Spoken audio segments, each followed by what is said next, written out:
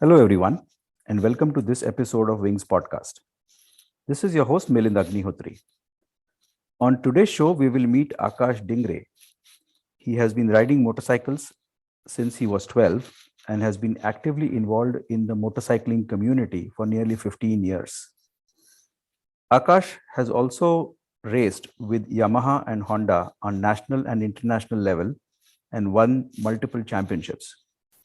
Having worked as an automotive journalist and a test rider for a leading online publication, for the last 5 years, he has been working with India's first riding academy, Apex Racing Academy, as a rider coach and instructor, and runs workshop for performance motorcycles on days he is not on the track. Welcome, Akash, to this episode of Wings Podcast.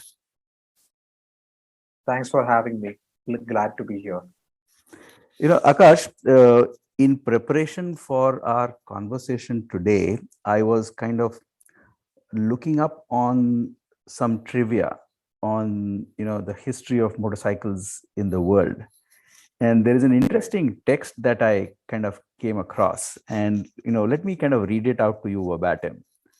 uh, it goes, just as the automobile was the answer to the 19th century dream of self-propelling the horse-drawn carriage, the invention of the motorcycle created the self-propelled bicycle.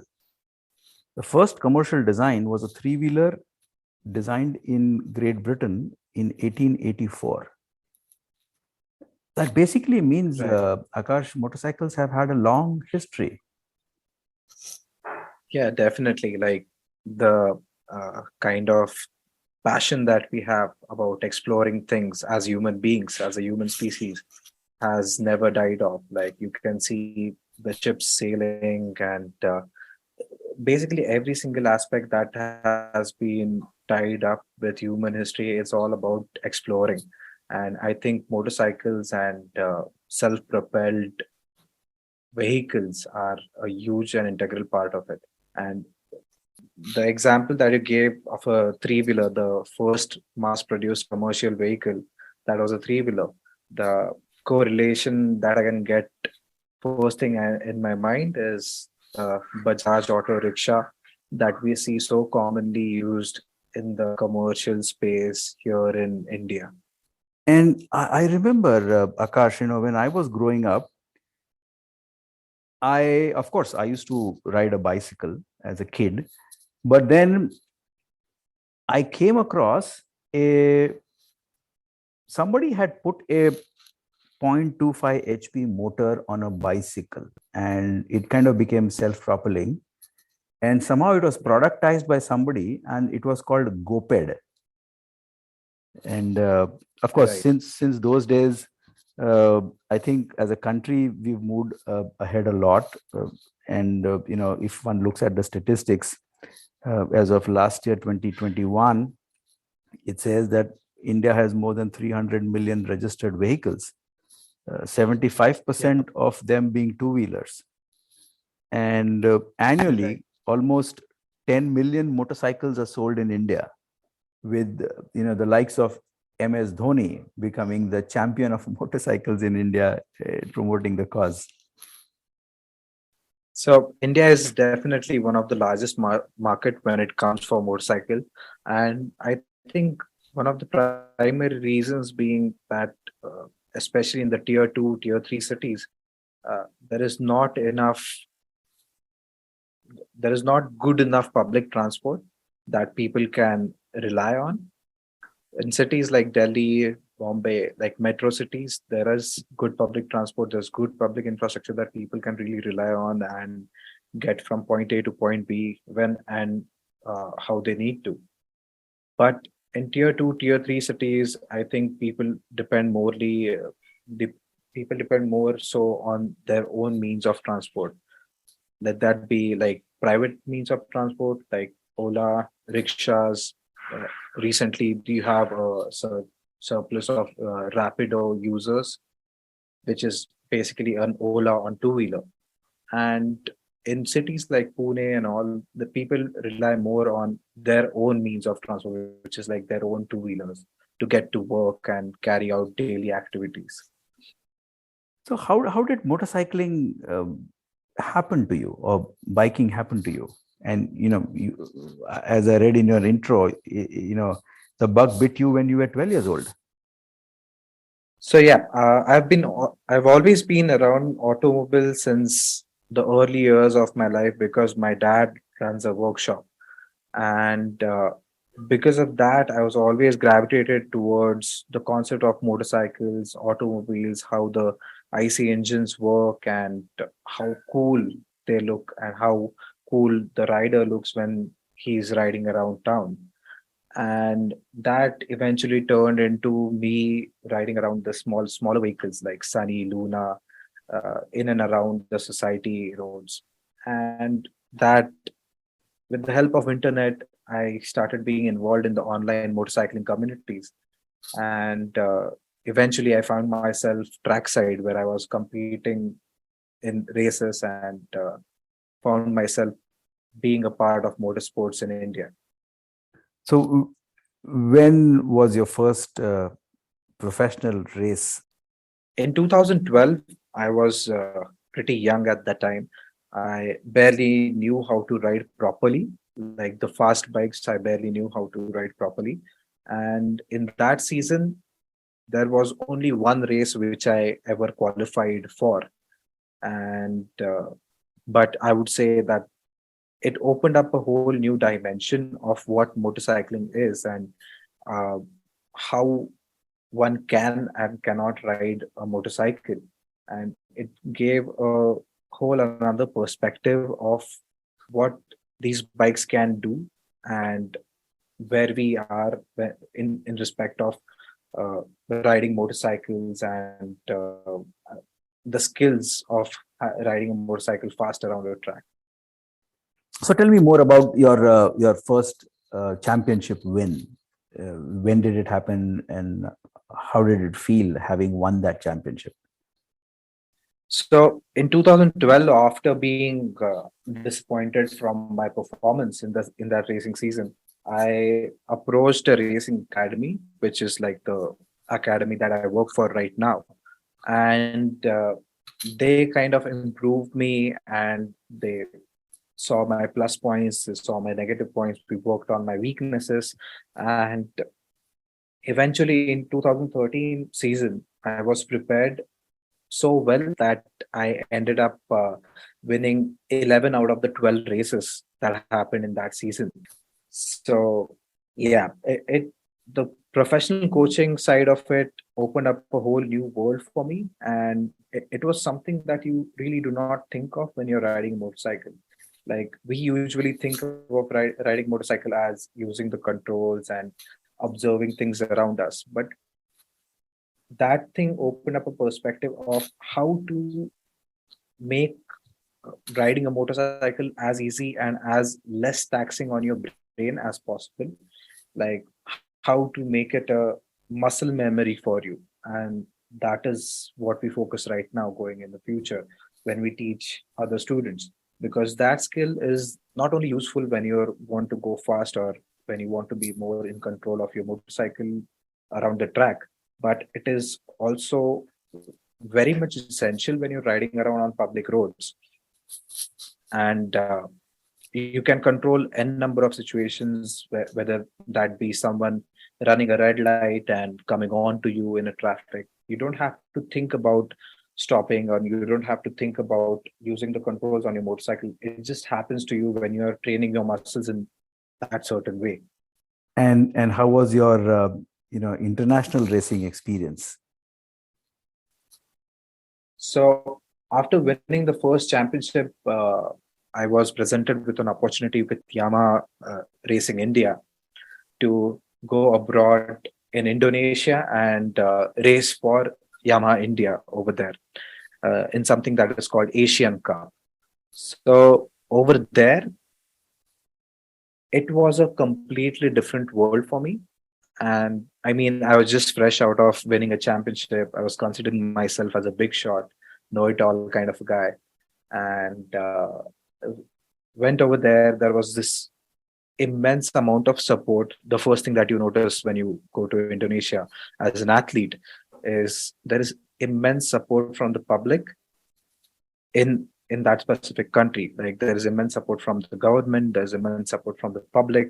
Like the roads were literally blocked for 3 days. Every single time we used to travel on those roads. So we were staying in Jakarta, and the track was in Sentul, which is like around 1 hour drive from the place that we were staying at. And every single morning, wherever there is a convoy of buses for the riders that used to travel from the hotel to the track, there was one lane which was blocked completely through and through, and there was a police escort which was given to us in that time frame. So the kind of respect that you never see here in India, uh, they have this huge amount of respect for the racers, for the riders, and everything. And the second thing that you notice is that just how uh, just how young we are in terms of motorsports in India. Like they have the facilities developed, they have riders developed to such an extent that going from here, even if you are someone who has won championship and who is a very fast rider, when you go over there, you find yourself at the bottom tier or mid tier at best. So it was a very humbling experience for me, and it was a learning curve from there. Like in a month of winning my championship, I was just slammed back to the ground, and it was a very humbling experience. but you are a rider, coach, and instructor at Apex Racing Academy, which you say is India's Yes. first riding academy. So as a Yeah. rider, coach, and instructor, what are the top two or three things that you do? So my main job is to develop confidence. Like just to put it very vaguely, is to develop confidence in a rider. Because the first thing that we need to understand is, as a motorcyclist, you're scared for your life. There's always, like, you have to balance a motorcycle, you have to operate the clutch, you have to operate the gears, you have to operate the accelerator, and then there are just two wheels. If you are too slow, you are going to tip over, the motorcycle is going to fall. Will you be able to plant your feet in that given amount of time? So there are a lot of controls that uh, placed on a rider. There is a lot of control that needs to happen when you are riding a motorcycle. And a rider is always overwhelmed by all these things. Like, no matter how we look at it, no matter how old a rider is with respect to motorcycling, how experienced the rider is with respect to motorcycling, or how young he is in terms of experience when it comes to motorcycling, that particular person is always going to be overwhelmed with the kind of controls that he or she has. So our goal is to make things for them as easy as possible and turn it into a muscle memory. So for an example, like when you learn to ride a bicycle, really have to struggle. You have training wheels on, and you really have to struggle in trying to maintain the balance of on two wheels.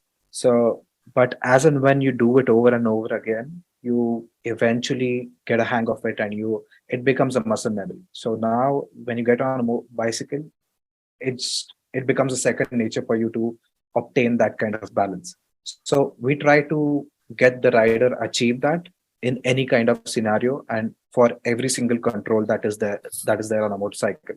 So let's say, for an example, how to use the accelerator more efficiently so that you do not lose grips, because these big motorcycles have so much power in them that the rear wheel tends to spin out. Then the brakes, how to use the brakes efficiently so that they don't lock up and skid. And then there is steering on a motorcycle. So during steep corners and high bank corners in the ghats and all, riders usually get overwhelmed and tend to go faster in the corners than what they can usually handle. So we tend to tell them what the limits are and how to explore those limits further in a safe and a controlled way. You know, Now, Akash, of course, racing, correct me if I'm wrong, is of course a small percentage of the number of bikes that are in the country. So if you look at the mainstream, for example, with over 200 million plus motorcycles in the country, where every year another 10 million are getting added, that's the pace at which the proliferation of motorcycles is in the country. And I remember, Right.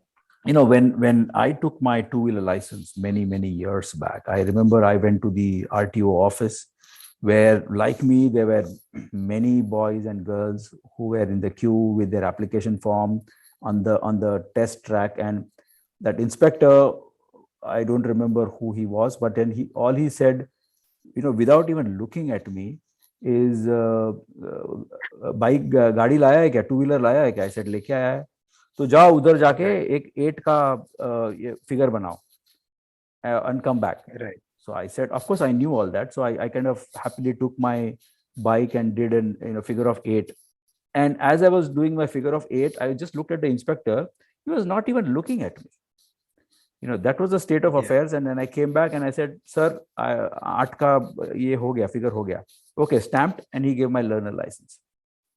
Right. Now, if this is the system that exists for right or wrong, imagine Right. with so many millions of people taking to motorcycle every year, young Indians. Does this scenario scare you at all? Indeed, this is very, very scary. Like, so I have a daughter who's 2 years old, and tomorrow, if you ask me, will you be willing to place her on a motorcycle along all these people in the traffic? My answer is going to be a straight no. Like, if she wants to explore things on a private course, on a closed course, I'm more than happy to do it. But along with all the other riders who have gotten licensed by doing a figure of 8, it is very, very risky. You do not know the kind of skill levels that they have, or if and how will they be able to control that particular given motorcycle or the vehicle that is underneath them. So it's a very, very risky scenario. And unfortunately, the thing is that we talk about racing, we talk a lot about how to go fast on a motorcycle, but the sad truth is that these are the only kind of people who can afford the training that we have to offer, because the facilities that we have in India, there are only 3 certified racetracks in India, and we do not use racetracks for racing. We use it as a closed course where a rider can explore and a rider can push its limits by being safe. That is what we use the racetrack for. And those kind of facilities, there are only 3 in India. One is at Coimbatore, Curry Motor Speedway. The other one is at Chennai, Madras Motor Racetrack. And the third one is BIC, which is in Delhi, Noida. So, and the logistics of getting your vehicle there or renting a motorcycle over there and then going through all this training, all this takes a lot of money, which unfortunately the common people do not have to spend. But the people who are really passionate about motorcycles, who are doing this as a hobby or as a career, they can afford to do it. So unfortunately, these are the kind of people that are coming to the academy over and over again. But what we are trying to do is spread this across in the metros, spread this across in the tier 1, tier 2 cities, where it's more affordable and it's more accessible to the common people who's just trying to be safe and who's just trying to get from point A to point B as safely as possible without harming himself or anyone else in his vicinity. Because to be honest, underneath us, every single vehicle that is out there on the road can go up to 50, 60 kilometers per hour in an instant. So, and at that speed, if you even as much as nudge somebody, it's a projectile and it can cause serious injury. So, what I personally feel is that all the riders, all the people who are getting onto motorcycle, who are getting their licenses, there should be some kind of procedure. Like for four-wheelers, there's this driving academy. So similarly, we can have something for the two-wheelers as well, which will make the road safer for every single person who's out there. what you say is so true, because the paradox over here, Akash, for me is you have this two-wheeler training institutes where you just go in and their only goal seems to be to get you a license. Whether you know how to ride or not is a different thing. Right. And safety, probably, I don't know whether it is on the top of their mind or not. It's a commercial business, right or wrong. All they say is, pay me so much money, I'll get you basic skills and I'll get you a license. But that isn't at all Right. right. I mean, essentially, how do you get the responsibility fixed in your head? And I think you said something very nice over here, that on the bike that you sit, you have an instrument which can go to 50, 60 kilometers in a couple of seconds, and it's a projectile. It's like a missile. If not controlled well, Right. it can cause harm to just about anybody. And I mean, the statistics says that the year on year, the number of accidents on two wheelers are just increasing, not just on highways, but even within cities itself. And this apathy, general apathy towards wearing a helmet, is such a sad thing, isn't it? Right. And I think that especially in the city that we live in, is the people that have overthrown the rule of wearing a helmet, which is borderline comical for me. Is a government is trying to introduce some law and some rule and some regulation which is going to save your life, and people are trying to overthrow that, which is just insane, and it just sounds insane to me. But yeah, I mean, there needs to be this sense of responsibility towards people that we share the road with.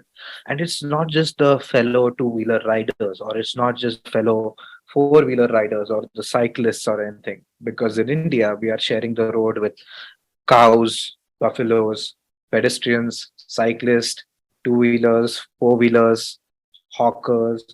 All of them are on that same exact piece of tarmac. So, and the speeds between them vary a lot. So, formal training needs to happen, and I feel that is the easiest way to make roads safer for every single person who's out there. Because to develop an infrastructure where we separate the cyclists from the pedestrians, from the four wheelers from the two wheelers, to have separate infrastructure for each and every single class of vehicles that are out there, it's a hard and a long process. And I think that will happen in the future. But the what I feel that the easiest way to get the road safer is via formal training. And what I feel is that is really necessary when it comes to cities like especially Pune, where the two wheelers are in an overwhelming numbers, and equally you have pedestrians walking on the same road as well, because the footpaths, let's be honest, they are non-existent. Well, I mean, I guess it's not the situation just in Pune. Take any city: Bangalore, Indore, Baroda, Surat, Vizag, Lucknow. Pick any city in India. Probably the situation would be the same, because generally the Right. whole idea seems to be is go and buy a bike, which is so easily available thanks to the various financing schemes. You don't have to pay anything upfront. There are almost kind of Right. no cost EMIs, which is 0% interest and all that stuff that happens. So acquiring a bike is not a big issue.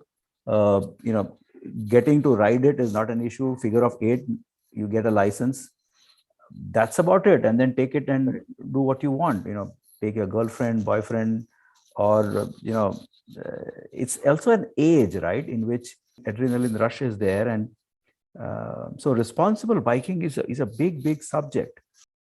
So, being from the community, I want to see more and more riders, and it is happening currently. I want to see more and more riders and motorcyclists get out on the road and enjoy motorcycling without having to worry about if they'll get hit by somebody or some other unfortunate things like that. That is point number one. And point number two is that in general, if we make motorcycling safer and everybody is aware and skilled enough to control what is underneath them, then it is going to be so much easier and so much faster for all of your commutes and from getting from point A to point B. And the traffic will be a lot more understanding and a lot more flowing that with the current infrastructure that we have. No need to improve roads, no need to improve the infra, no need to create more flyovers. It's just that having that kind of a hive mind where everybody understands what the other guy is going to do or not going to do, it'll just create a more efficient way of handling the traffic, is what I feel. There is a big movement happening today uh, called the slow movement. There is something called slow food or slow music, or somehow the accelerated pace of life that we have lived over the last decade Right, plus or so. Somehow this could be a reaction to that. There is right, this beautiful channel by a journalist called Nilesh Mishra on YouTube, where he does right. something called a slow interview, which are like hour-long conversations with, of course, personalities, film personalities, etc. But the slow riding Right, is also something which I remember distinctly in my college days when I was in the hostel and I did my engineering in Bangalore.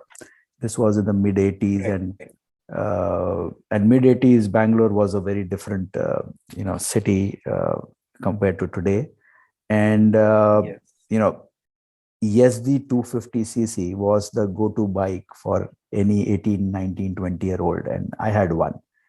And there Right, were only two, three options. There was a Rajdoot for those who didn't have much funds. Then there was Yazdi, and then of course Enfield Bullet. And I remember, right, one of those fun rides we had from Bangalore to Mysore on our SD, and we were like racing at 80 or 90 or 100 kilometers an hour.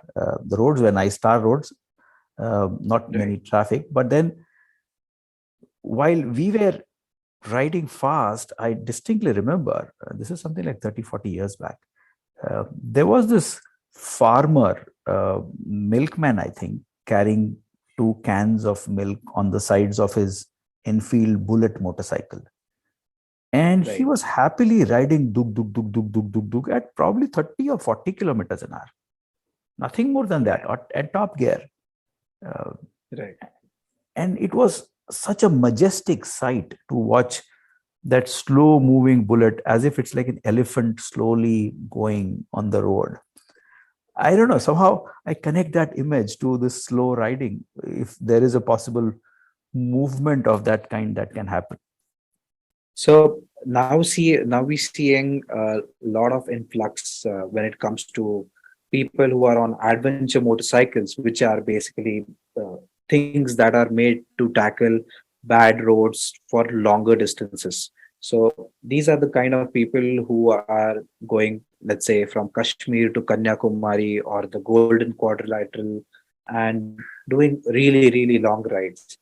So these guys never do, or I'm generalizing over here, but most of them who are into enjoying touring on a two wheeler, they are usually doing about 200 kilometers in a day, 300 kilometers in a day, taking the sights in, going from point A to point B by stopping every, let's say, half an hour, 1 hour, exploring the local places, exploring the local food, and stuff like that. So when we talk about motorcycling, the image that we get in our mind is adrenaline and speed and the cool factor of it. But there is also another side of it, which is just calm, very meditating, relaxing kind of riding. And now you gave an example of there being only a couple of choices back in the 80s.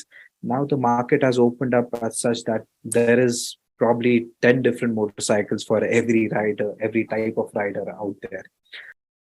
You're right, because you said that there are probably 10 bike choices anybody has. These are like made in India or international bikes. So, for example, I remember we were holidaying in the run of Kutch and we found a troop of about 30, 40 Harley Davidson bikes kind of Right, coming very majestically, like duk, duk, duk, duk, duk, and very slow. So there is this Harley group, right? There is some Yes. community of that kind, right? So they are called the hogs. Then there are a couple of brands which take rider initiatives, and which take the ownership groups really seriously. And there is Triumph, then there is Harley Davidson, there is Kawasaki, there is KTM. So we we kind of usually cater to. So recently we did an activity for Indian motorcycles, which is like a brand which is very similar to Harley Davidson. It's like an American brand with cruiser type of motorcycles with really good technology in it. And then we recently did a session for Triumph Motorcycles India. Then we have done a couple of sessions in the showrooms of Kawasaki India to train the test riders, to train the staff of Kawasaki India. And it is a very pleasant experience knowing all these riders and all these communities just passionate about one thing and enjoying that particular thing in a group as a community. And it's a very pleasing sight to uh, behold. It's a great way to bond also, right? I mean, when you're a part of a riding community, you probably create bonds for life. Yes, definitely.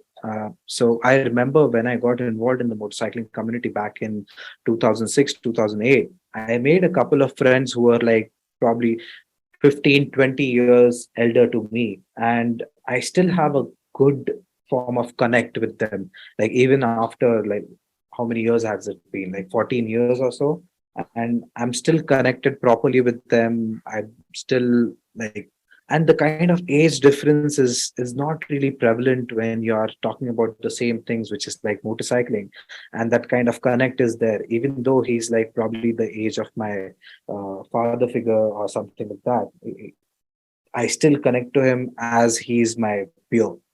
So it's a very different kind of connect. It's a very different kind of a relation that you form in these kind of communities. And it's great to be a part of these kind of communities.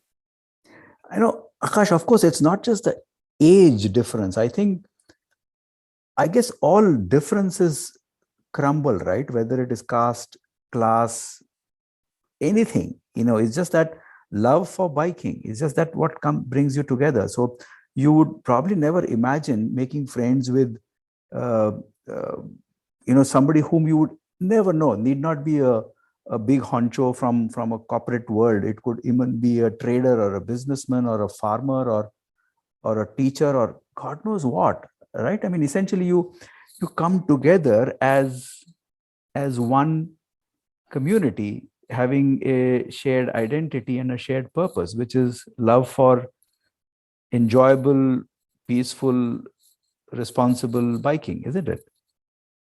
Exactly. Like it's just that everything that you are, it just gets shut off when you enter that specific group, when you enter that specific community. And all you can and all you will want to talk about is motorcycles. And it might be about how fast one's motorcycle is, how comfortable one's motorcycle is, or how to plan for tours. It might be about sharing knowledge, it might be about sharing experiences, it might be about n number of things, but it is very much closely related to motorcycles, and everything else gets shut off. Caste, religion, sex, everything else gets shut off.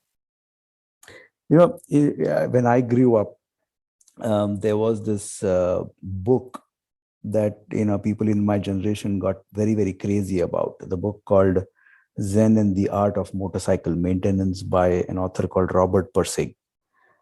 It's kind of a autobiography, and it's like cross country riding this person did in the US. And whilst a lot about it is the journey, but a lot about the whole book was about how this motorcycling adventure became a way of self discovery for the author, like a Zen like experience. So Right. I wonder, what of Akash has Akash discovered thanks to the love of motorcycling?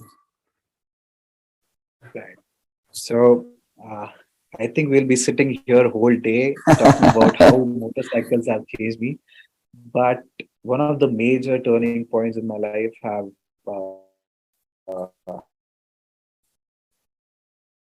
like in motorcycles. Like so, I was a racer. Then being a part-time racer, I was also an automotive journalist, in which I discovered so many people and such a different way to present yourself. Like I was just this kid who was in his late teens, not knowing how to interact with the world. But then automotive journalism gave me the kind of confidence and made me be more presentable, be a bit more polished when presenting to others and on camera or the others, or how to kind of channel your thoughts so that they are more they can be understood in a better way to other people.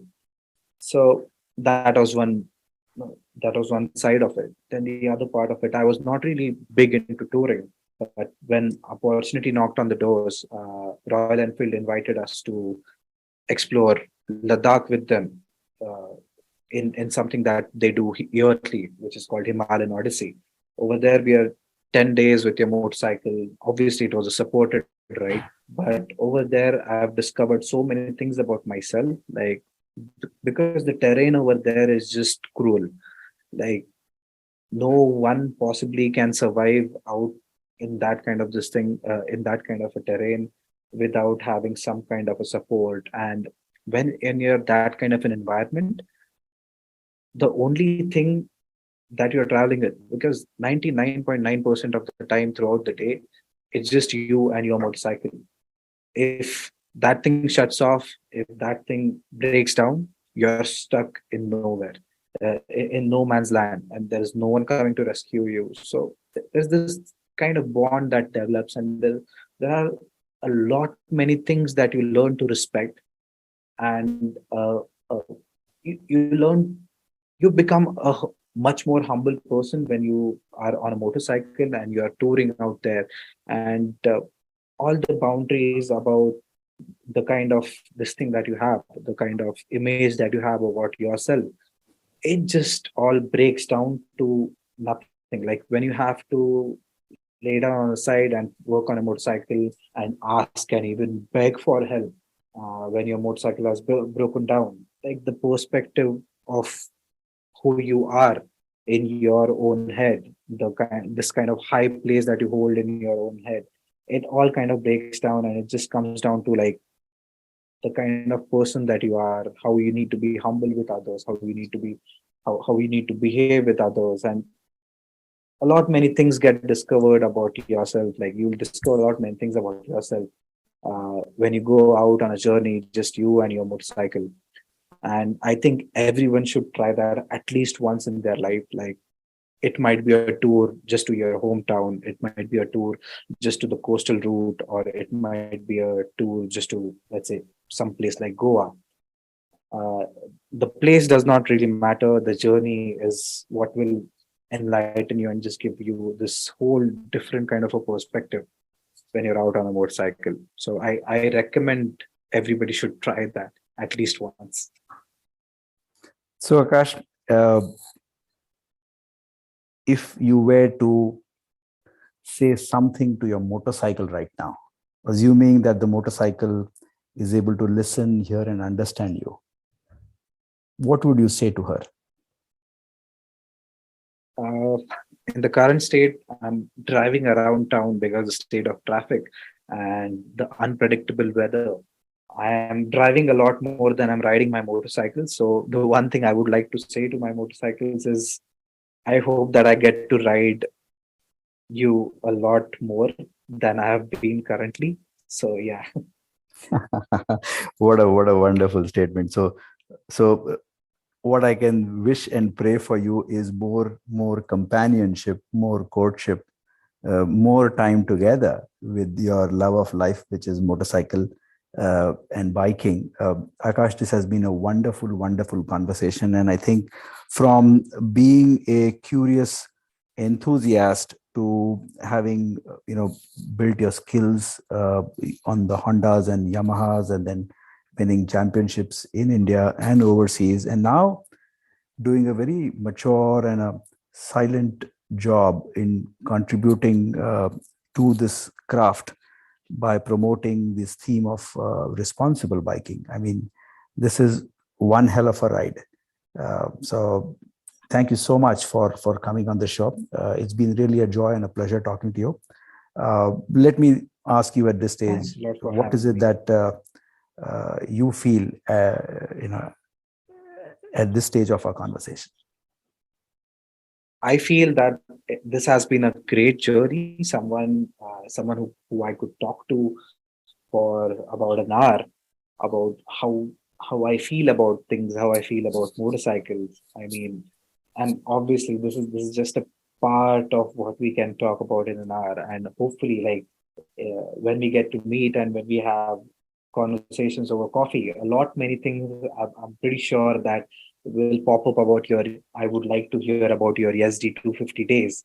Get to know your side of the story when it comes to motorcycle or in general things in life, because I love to talk to people, and that has been one of my biggest, what I can say, strength when it comes to getting to know people and getting to know things. It's one thing that motorcycles have taught me. Like, always try to learn the perspective of the others before putting your own in front of them.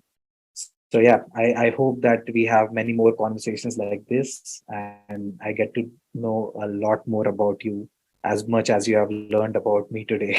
Sure. Let's have a deal, Akash, right now.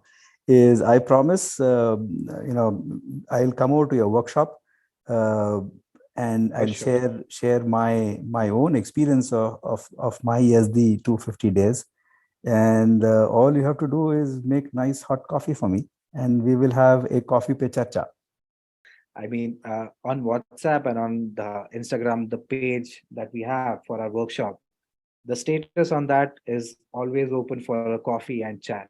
So we are already there. You can come down anytime. Just give me a call. We'll already be talking, sitting, and discussing things and motorcycles and life over coffee. Absolutely. So next time we meet and talk, it'll be at your workshop, sitting on bikes and having a nice, good conversation or a cup of coffee. Thank you so much. For Pleasure sure. talking to you. Bye bye. Take care. Thank you for your time today, my dear listeners. This is your host, Milind Agnihotri, signing off. Goodbye, take care, and stay safe.